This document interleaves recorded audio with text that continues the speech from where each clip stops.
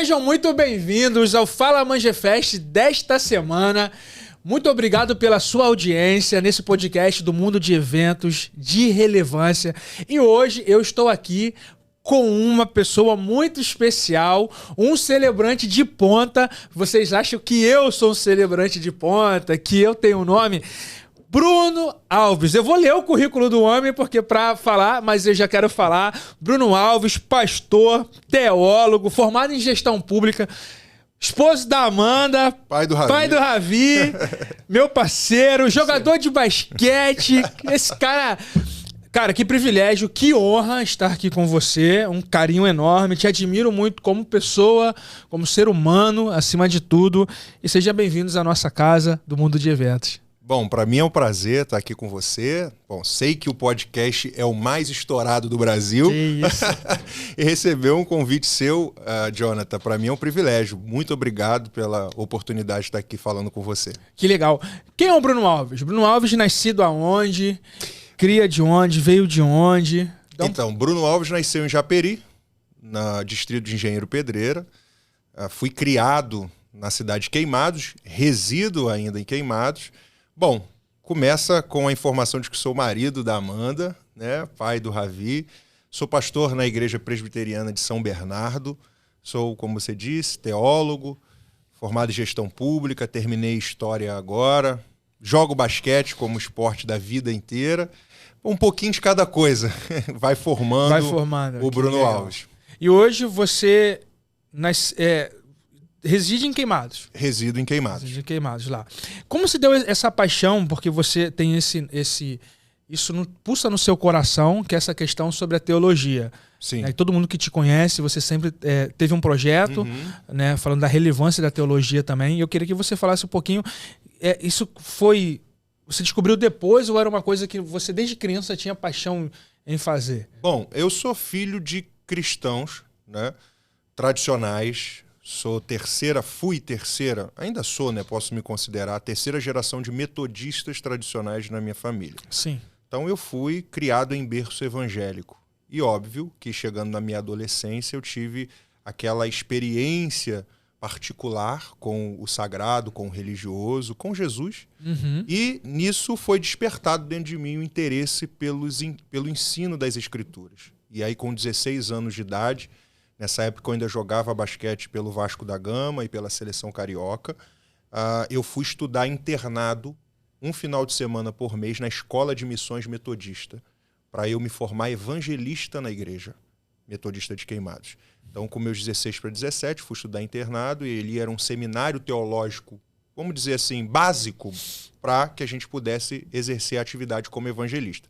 No ano seguinte, eu fiz o programa de orientação vocacional, que a gente chamava de pré-teológico, com os meus 18 anos, no mesmo local. Saía de Queimados, ia para Teresópolis, na Serra do Capim, que não é no centro de Teresópolis, pegava 3 conduções. No sábado, de sexta para sábado de madrugada, acordava às 3h30 da manhã, pegava a primeira van para o Rio, pegava o ônibus lá na rodoviária Novo Rio, ia para Teresópolis, pegava um outro ônibus e ia para a Serra do Capim. Esse era meu itinerário durante 2 anos direto. E depois ingressei na faculdade de teologia. Então foi praticamente subsequente. Então foram 6 anos. Essa paixão nasceu pelo ensino das Escrituras ainda na minha adolescência, no discipulado, na vida comunitária ali da igreja, no dia a dia. Bacana. Foi onde surgiu esse desejo, essa vontade e foi aquilo que eu me entreguei. Depois você montou um projeto na cidade de Queimados, se eu não estiver enganado, que era um projeto de relevância até para algumas pessoas essa é um termo muito, muito ruim, né? Desigrejadas, né?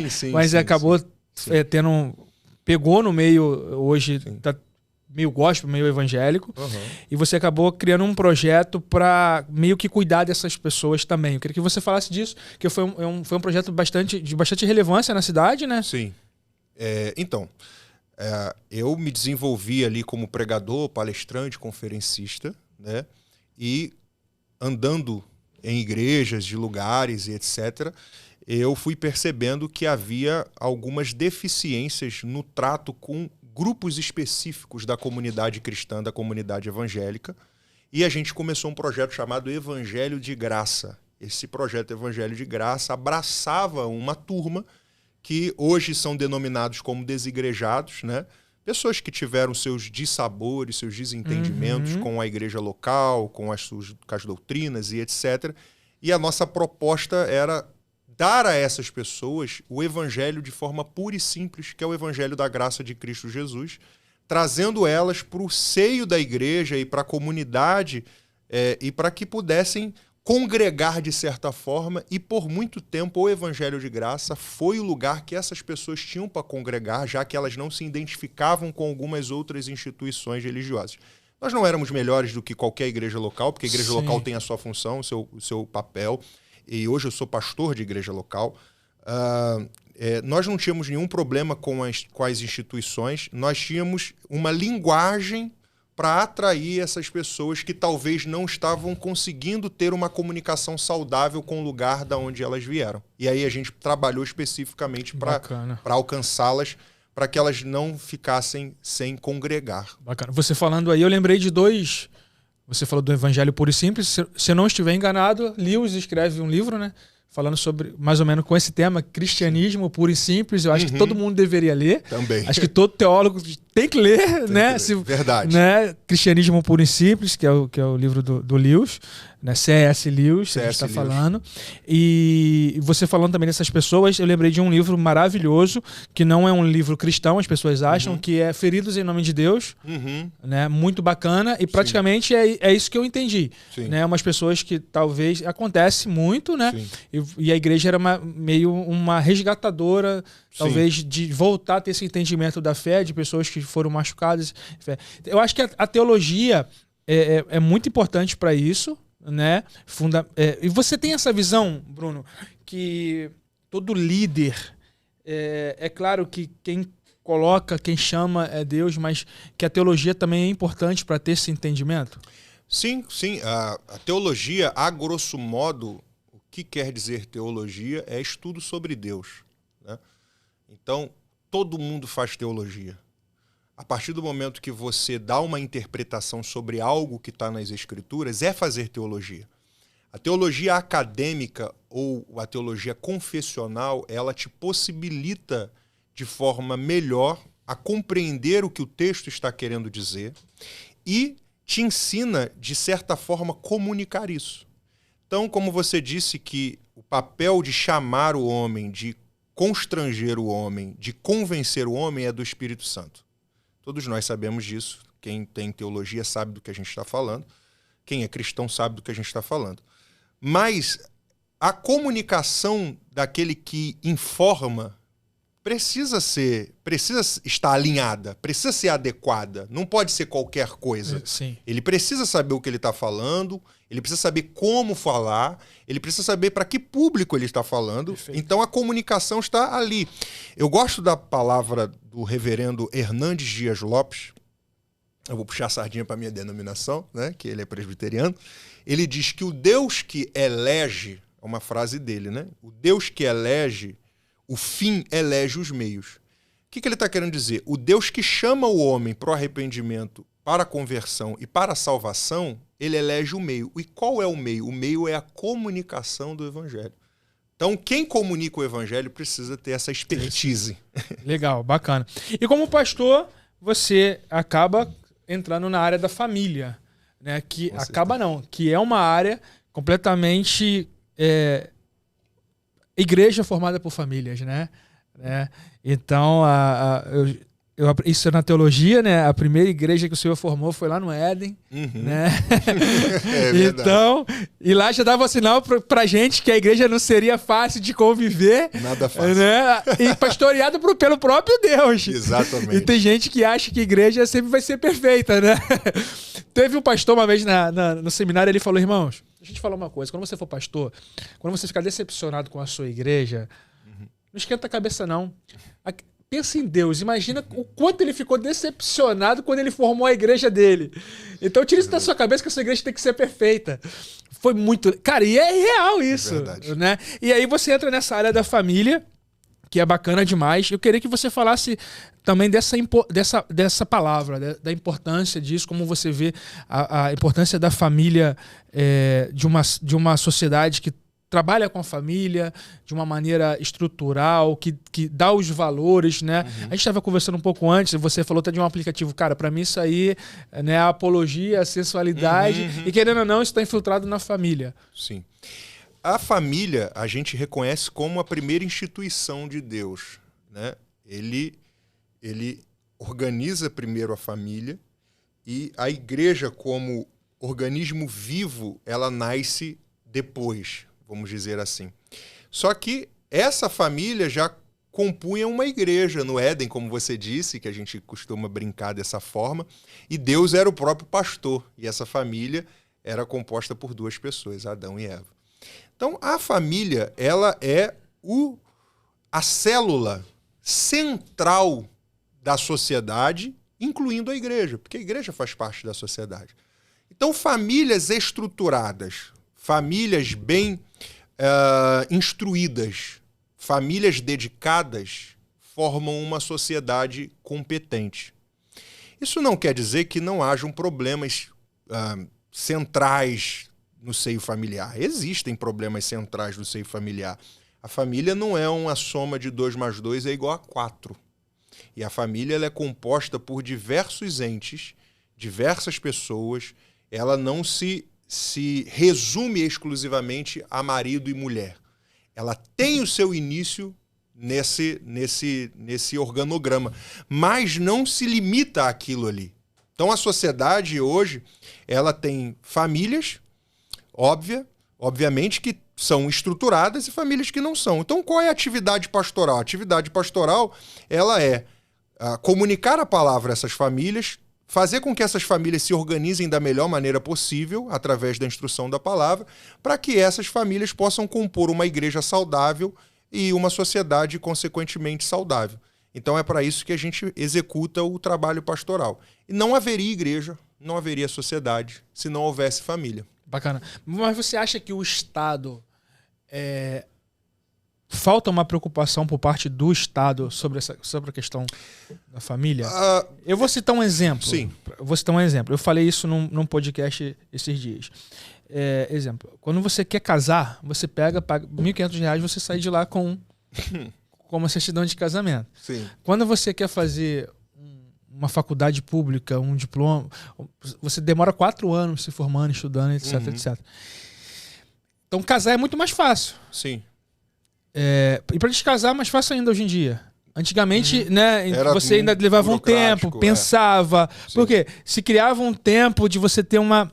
Então hoje em dia as coisas são muito mais fáceis, muito mais descartáveis, né? E você acha que falta... Eu acho que a igreja em si, eu acho que se eu estiver enganado aqui, eu acho que é a única instituição ainda que prioriza falar de família como célula-mata de uma sociedade saudável. Sim.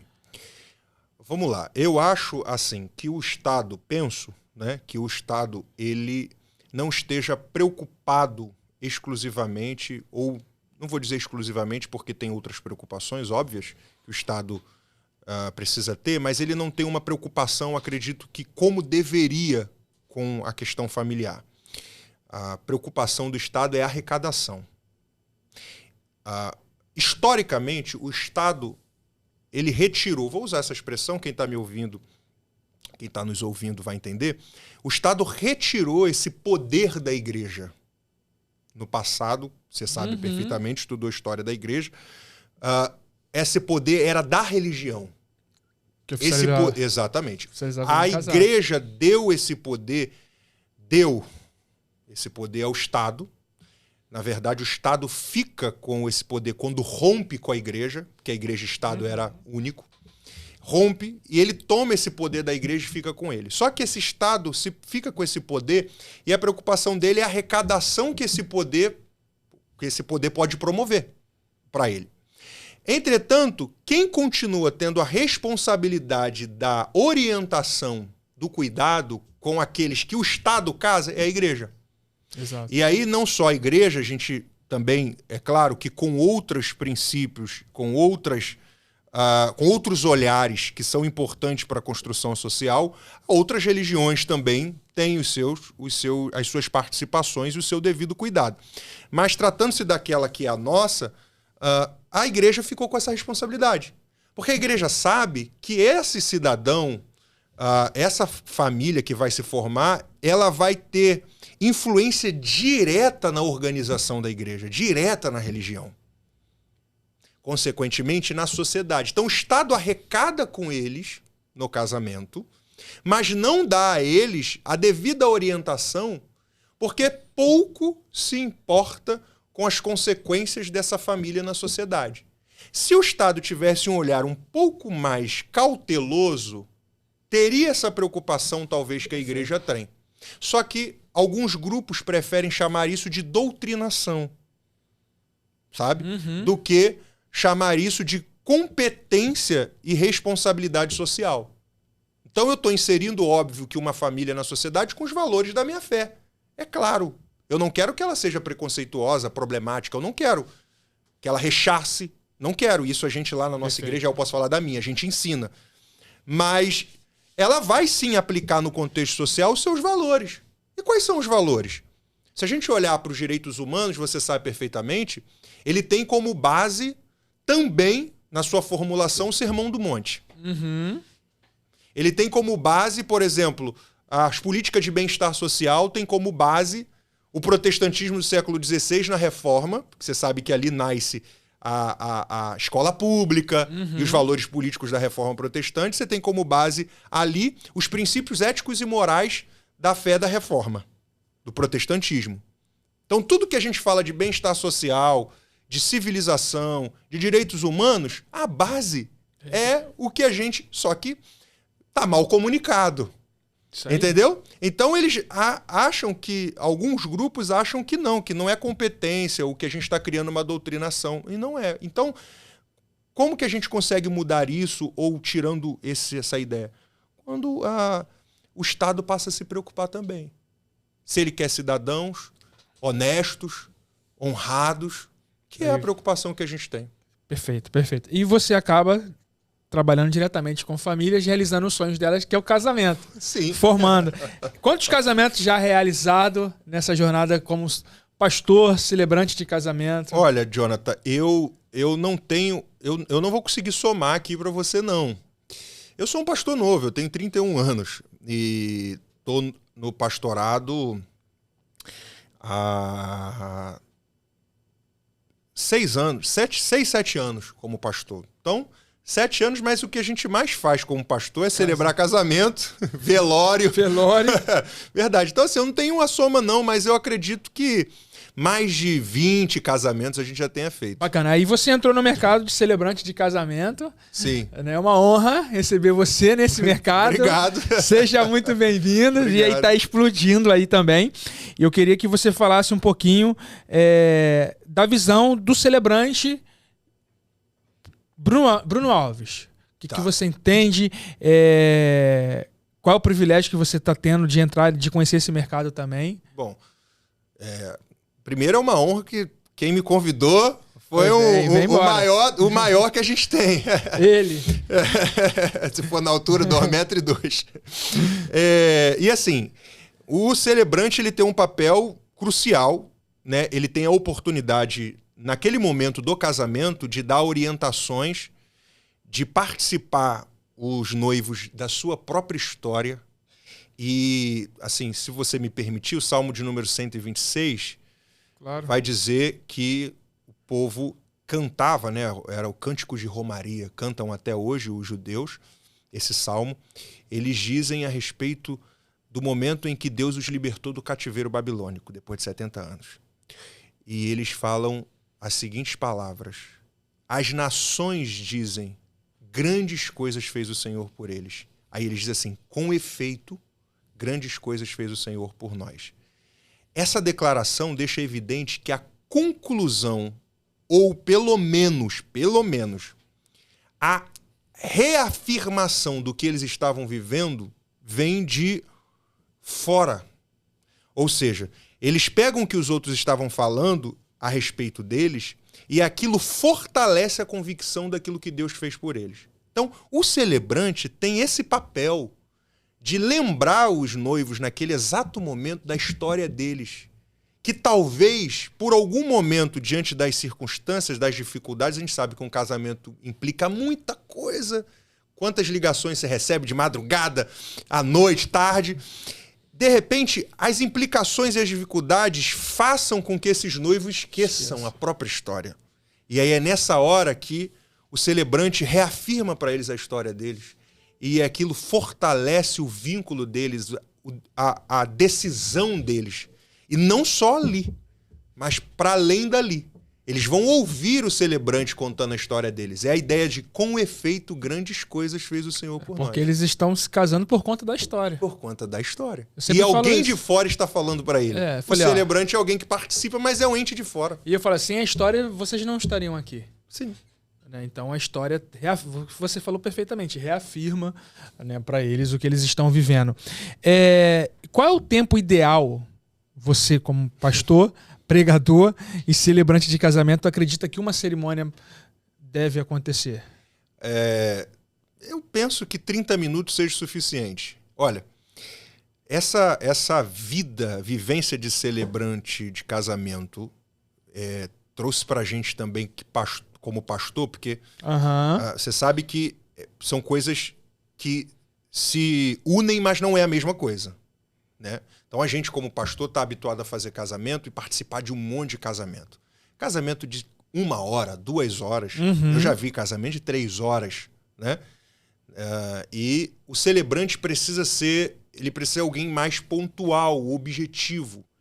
E, muitas vezes, com muito mais capacidade de gerar uma cerimônia,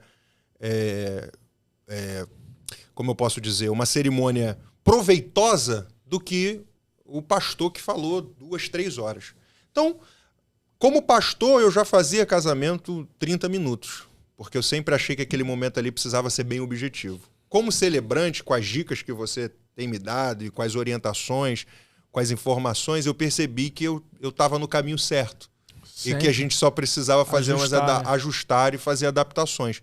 E eu penso sim que uma cerimônia de 30 minutos é o suficiente para você passar tudo que é preciso e fazer daquela cerimônia maravilhosa. Qual é a sensação de casar alguém? Eu, particularmente, me vejo como o noivo.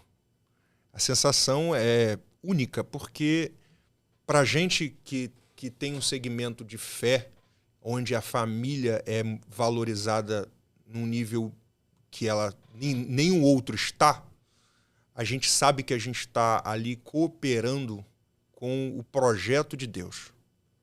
Bacana. Então, quando eu caso alguém, eu lembro do meu casamento com a Amanda. E eu me lembro como eu estava naquele exato momento e como foi importante alguém estar abençoando a minha união, lembrando do que eu vivi com ela até ali e tornando público aquilo de forma única. Para mim, é uma profissão das mais importantes no mundo, considerando o fato de que a família é, sim, importante. Você já tocou no assunto aí, eu vou continuar nele, que você está falando da Amanda. Um beijo para Amanda e para o Ravi, que vão estar assistindo a gente. A Amanda, você fala sempre dela com muito carinho, né? Com muito claro, é sua esposa, tem que falar dela com todo o carinho do mundo. Sim. Mas quando você fala, teus olhos se enchem de lágrimas, né? E a Amanda te trouxe um presente lindo, né? Deus deu para vocês, que é o Ravi, né? E uma oportunidade maravilhosa na vida de vocês dois. Eu queria que você falasse um pouquinho sobre essa representatividade da sua família. A minha família hoje é tudo que eu tenho de importante. Eu dou a vida por eles de verdade. E sim, a Amanda, ela tem um papel extremamente importante na história da minha vida, sabe? Tudo que eu tenho conquistado até aqui passa por ela, passa não só pela ideia de, né, porque somos cristãos, a esposa submissa, e submissão e subserviência são coisas totalmente distantes. A Bíblia não fala de mulher subserviente. Aproveitando o gancho aqui, mulheres nunca aceitem serem subservientes por conta de uma fala usando a Bíblia. É uma falta de responsabilidade de quem usa a Bíblia por isso. Submissão é estar debaixo de uma missão, e muitas vezes o homem não conhece a sua missão, então a mulher não tem como estar debaixo da missão de um homem que não sabe a missão que tem. Então, já começa por aí. Então, a Amanda, ela é importante na minha vida não por conta desse achismo de alguém que aceita tudo, não, mas pela participação dela. As orientações dela, se hoje eu estou no Manjefest, né, convidado por você, eu participei ela. Lembra que eu falei, vou conversar com a Amanda? Exatamente. A Amanda que falou, olha, Bruno, me orientou. Se hoje eu estou pastoreando a igreja de São Bernardo é por conta dela, porque no dia da minha frustração, que eu também me frustrei, gente, no dia da minha frustração, ela viu eu pregar uma mensagem que eu denominei como a última pregação da vida, e ela olhou para mim ainda quando a gente estava se conhecendo e disse as seguintes palavras: eu não sei como você se arrepende do ministério que você tem, porque eu estava no meu período de frustração, porque eu nunca vi seus olhos brilharem tanto quanto enquanto você pregava nesse pouco tempo que eu te conheço. Legal. Foram uma das primeiras palavras dela quando a gente estava se conhecendo. Então, se eu voltei a pastorear, né, é por conta da Amanda. Estou até arrepiado. Se eu tenho hoje mais 2 faculdades, porque eu tinha quando a conheci teologia, hoje a gente tem mais 2, é por conta dela.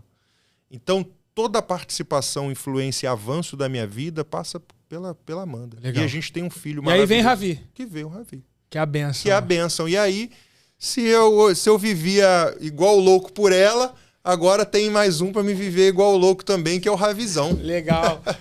Enquanto o Bruno bebe uma água, vou fazer uma propaganda aqui maravilhosa de uma empresa linda. Vou pedir aqui a direção para colocar. Coloca aí para mim o nosso amigo Adilson.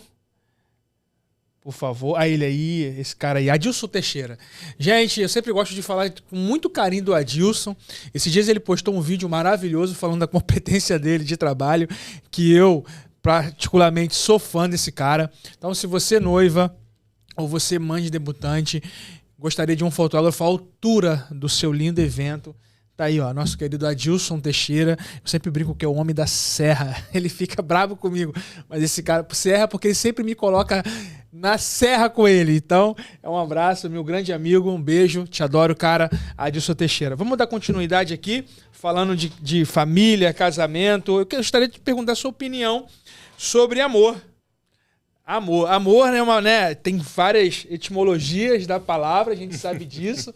Mas as pessoas hoje acabam trazendo uma coisa só, né? Sim. O amor, né? Então, eu sempre falo isso. Tem o amor do pai, de pai pro seu filho. Mas, particularmente, eu quero fazer o amor marido e mulher. Hoje em dia, a gente está numa sociedade muito descartável, né? Que está confundindo o que é o amor ali, particularmente. Eu sempre falo sobre isso. Eu queria que você falasse um pouquinho sobre a sua opinião, sobre como as pessoas têm tratado esse sentimento, né, se é possível essa palavra para você, o amor. Então, eu acredito que a sociedade tornou o amor algo exclusivo do sentimento. Exclusivo não quer dizer que não tenha. Óbvio que o amor passa pela questão do sentimento. Mas o amor não trabalha só dentro dessa caixa sentimento, né? Existe uma caixa que antecede o sentimento, que é a caixa da decisão, a caixa da aliança. Eu gosto de um autor bíblico, faleceu há pouco tempo, chamado Timothy Keller. Tim Keller. Ele é um dos meus favoritos. E aí ele estava num debate, numa conversa saudável com Sproul, um outro teólogo, e com Piper, um outro teólogo. Os três estavam falando sobre casamento. E eles disseram algo interessantíssimo. Os três concordaram que não é o amor-sentimento que sustenta um casamento. É a aliança do casamento que sustenta o amor. Então, quando a gente entende que existe uma caixa que antecede o sentimento, né, que é a caixa da decisão, e essa decisão foi tornar uma só carne, se aliançar um com o outro, né? de forma que isso fosse indissolúvel, e separação não dilui tudo? Separação não dilui tudo, porque o tempo vivido de experiência um com o outro faz com que alguma coisa do outro, ou da convivência com o outro, pelo menos, permaneça em você para o novo alguém que você vai encontrar, fez com que eu significasse ainda mais aquilo que eu já pudesse crer a respeito do amor. Então, para mim, amor, ele é sobretudo uma decisão, ele é sobretudo uma aliança formada, e que muitas vezes começa assim com um sentimento aflorado. Sim. Cresce, né? Cresce por uma questão estética, por uma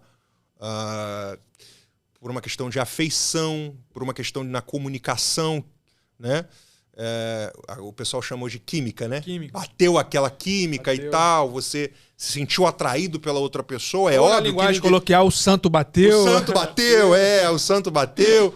Então, as pessoas... Isso envolve uma relação, óbvio, o início de uma relação, mas isso não é suficiente. Isso não pode ser suficiente para que o altar aconteça. Às vezes aquilo ali acontece de forma inicial e às vezes não. Você sabe perfeitamente, melhor do que eu, que às vezes esse sentimentalismo, né, esse santo bateu, essa química, ela se desenvolve já no processo. Nem sempre no início. Às vezes no início é uma decisão fria. Sim. Aquela pessoa ali, sentamos, conversamos, achamos adequado, fizemos planejamentos, apresentamos tudo de forma muito técnica e depois aquilo foi se desenvolvendo. Por isso que eu penso que amor, antes de um sentimento, é uma decisão. Eu lembrei, né, de um texto, 1 João 3, 16 a 18, não amemos só de boca e de palavras, né? Isso aí. Mas aí eu acho que o texto fala em ação e em verdade. E em verdade. Porque pode ser de boca e de palavra e não ter ação e nem verdade. Ação e em verdade. Isso então, aí. É o que você está falando. Sim. Né? A gente sempre brinca muito, como um teólogo fala, ele está usando a Bíblia. Só não lembra onde está. Só não lembra onde está. Mas é justamente Exatamente o texto fala disso. Não só de boca nem de palavra, em ação e em verdade. Então, amor, acho que a atitude hoje, acho que falta muito isso. Sim. Né? E as pessoas falam muito, hoje você tem que demorar mais tempo para casar, você tem que fazer uma faculdade, precisa se formar. E se você pega a sociedade lá no passado, tudo bem que não tinha a quantidade que tem de comunicação que a gente tem hoje, mas as pessoas se casavam com 16, 15 anos. Sim. 17 anos de idade. Sim. E nem por conta disso deixavam de viver a sua vida, de serem felizes. Sim. Né? Então, claro que tinha algumas coisas, mas as pessoas às vezes julgam muito um jovem hoje de 24 anos que quer casar. Isso se dá porque vivemos uma sociedade consumista. E aí um sociólogo chamado Zygmunt Bauman, se a pronúncia estiver errada, me desculpe, ele fala sobre a sociedade líquida, ele é o grande articulador dessa ideia de sociedade líquida. E o que seria a sociedade líquida? Ele descreve que a sociedade líquida não é mais aquela que quer ter. Lembra daquele joguinho de ser e ter? Uhum. Ele já disse que a sociedade líquida já transcendeu o ter. Antes, a pessoa queria ser, depois passou a querer ter, e agora ela quer participar. É diferente até do ter. Entendi. Então, aquilo que ela lutou para ter, que ainda tinha um senso de pertencimento, hoje em dia as pessoas já não têm nem mais o senso de pertencimento pelo que ela lutou para ter. É tudo descartável, inclusive o que ela tem hoje e que já amanhã não quer mais ter porque não está com relevância, não está aparecendo, não está nos holofotes. Então, perfeito. O que seria a sociedade líquida? A sociedade líquida é justamente a sociedade de consumistas que trouxe para a ideia de casamento algo extremamente participativo, no sentido de que se hoje eu quero, ok, se eu não quero mais, acabou, tá tudo certo. Por isso que falta regência do Estado, porque você paga o contrato, se você não quer mais, você paga para sair do contrato, e o Estado te dá só a sensação de que você possui algum resguardo jurídico para que você não seja lesado nesse contrato que é desfeito de alguma maneira. Perfeito. É um contrato, apenas um contrato. Então, essa galera, ela hoje está sendo influenciada e bombardeada por isso. Só que não tem fim, ô Jonathan. Não tem fim. Não tem fim. Então, hoje eu não vou me casar porque eu não me formei na faculdade. Depois que se for na faculdade, eu não vou me casar porque eu não tenho o emprego que eu gostaria de ter. Depois eu não vou me casar. Quanto tempo você levou para ter o emprego que você gostaria de ter? Muito tempo. Então, hoje eu não vou porque eu não tenho emprego. Aí quando tem, hoje eu não vou porque eu ainda não tenho o salário que eu gostaria de ter no emprego que eu gostaria de ter. E aí quando chega no salário, ele diz assim, hoje eu não vou ter porque agora que eu tenho o salário que eu gostaria de ter, eu vou aproveitar aquilo que eu não aproveitei até aqui. Então eles acham que a família não cabe dentro disso. E eu acabei de dizer agora, na pauta anterior, que sim, o que eu tenho hoje de precioso, que não é muita coisa, é bem pouco. Eu continuo morando na mesma cidade, estou no mesmo lugar, ainda enfrento os mesmos dilemas como qualquer cidadão. O que faz eu justamente ter é com quem eu me casei. Exatamente. As pessoas hoje, Bruno, elas acham que vão viver uma vida completamente feliz o tempo todo. Né? Ou alegre, seria, né? E tem uma frase de um autor bem legal que eu adoro, que é o George Swayze. Ele diz o seguinte: o casamento ele não é o resultado do amor. Ele fala: o casamento é a oportunidade que você recebeu para amar todos os dias.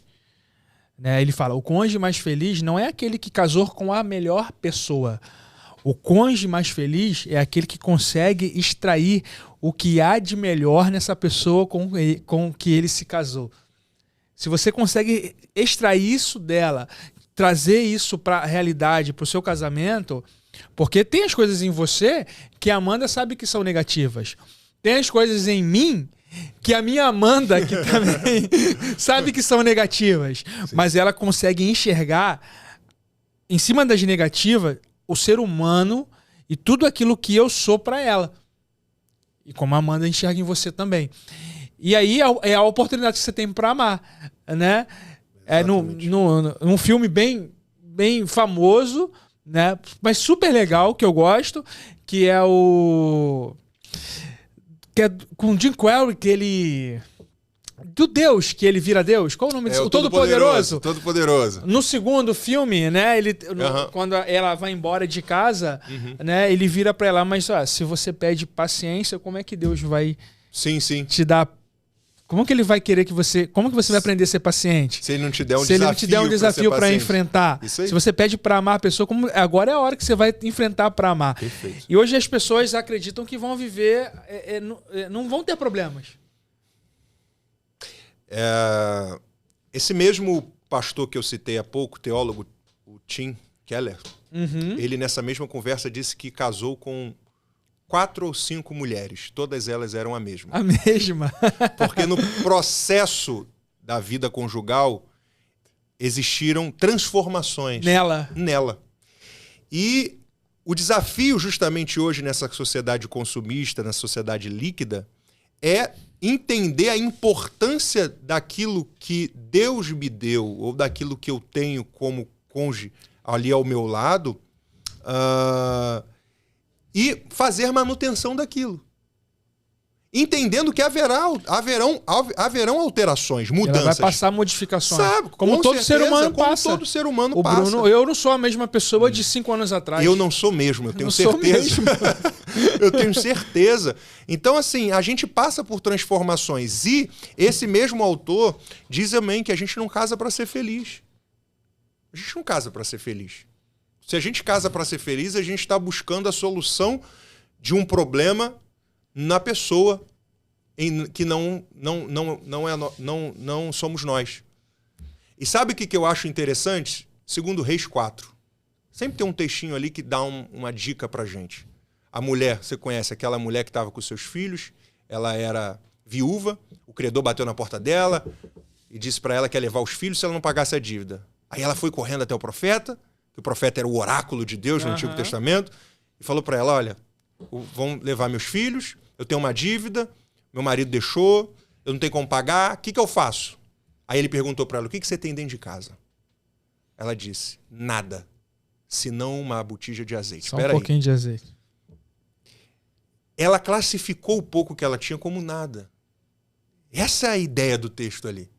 Aí o que o profeta virou para ela e disse? O profeta disse que a solução do problema dela estava dentro da casa dela.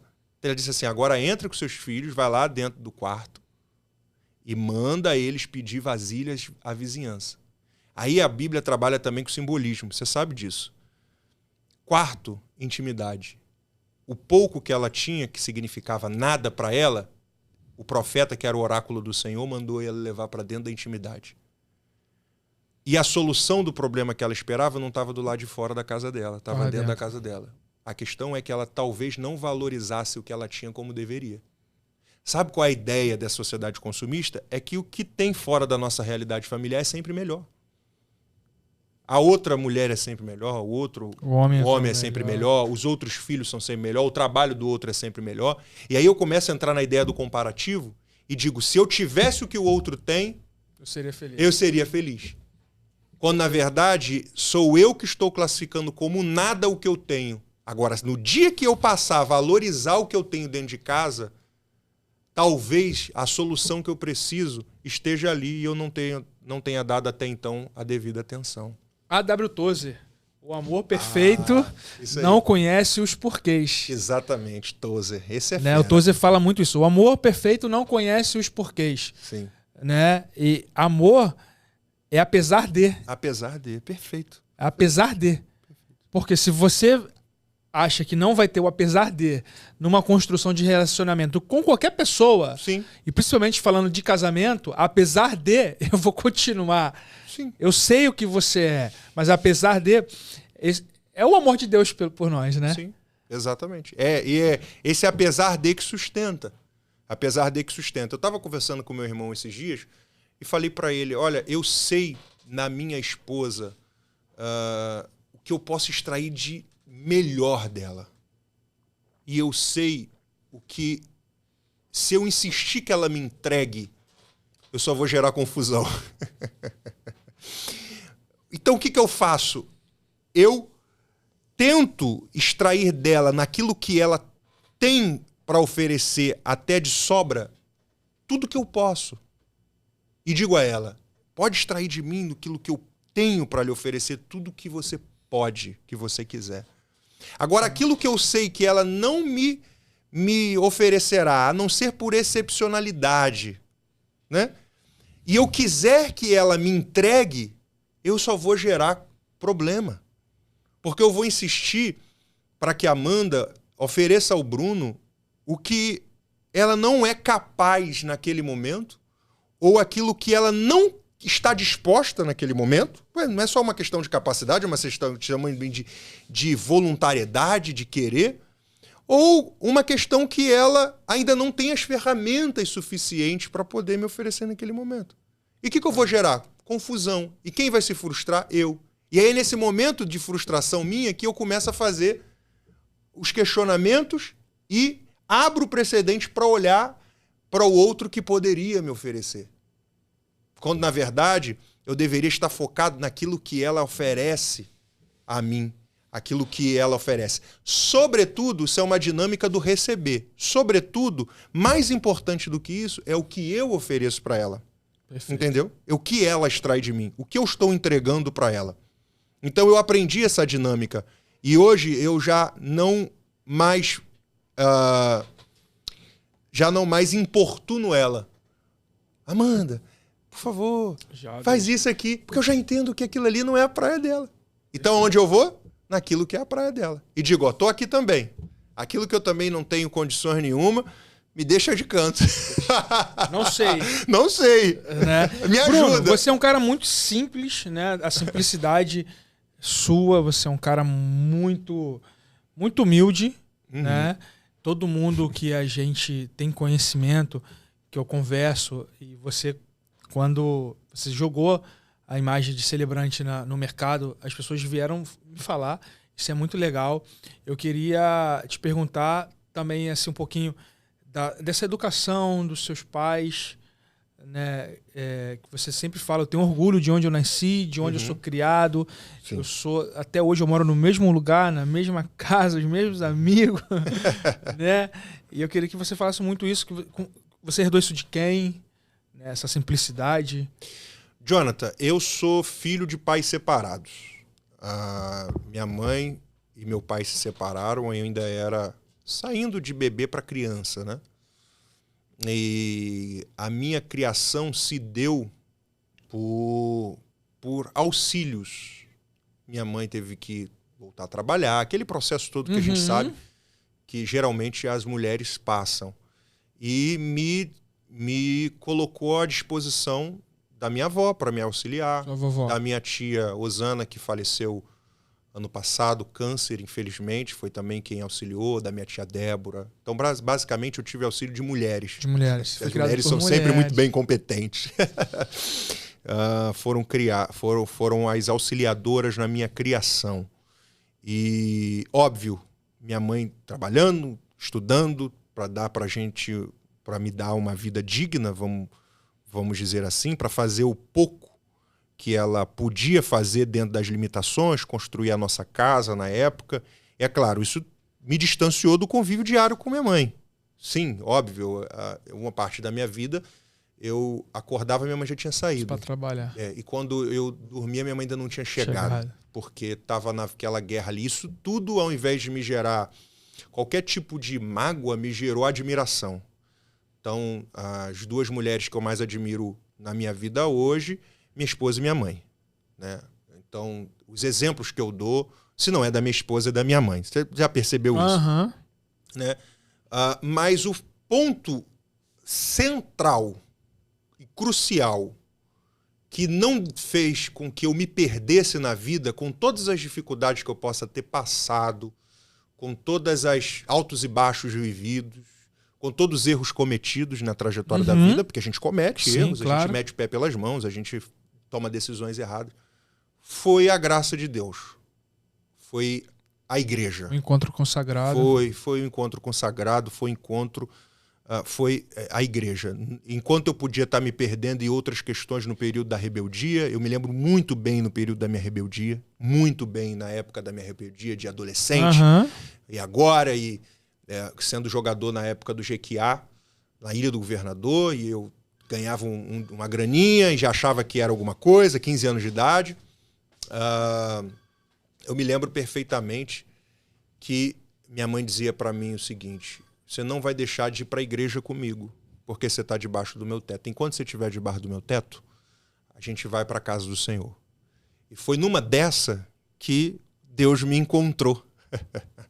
E nesse encontro com Deus, o norte de tudo que eu tinha aprendido até ali na escola bíblica de férias, lembra? EBF. Escola bíblica de EBF e tal, aquilo tudo fez sentido na minha vida. Legal, e todas as mágoas, rancores, traumas e influências negativas desse processo de vida, de pais separados, de ausências e etc., de compensações com outros que pudessem me ajudar. Passei por terapia, depois de adulto e tal, como você sabe.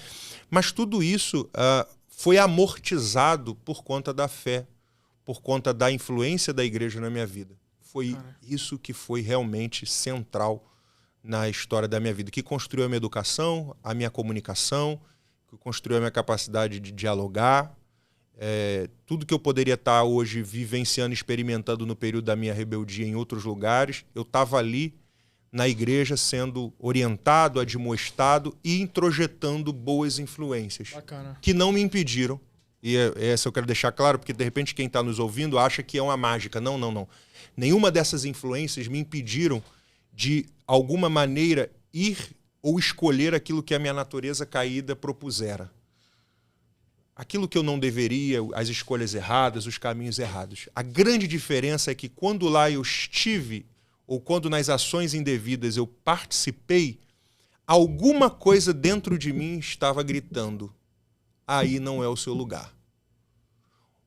O centro da fé não é não participar daquilo que, às vezes, na trajetória da vida a gente participa. Centralidade da fé, uma das coisas lindas da fé, é que quando a gente está lá, tem algo dentro da gente dizendo pra gente: aqui não é o seu lugar. É isso que a fé promove.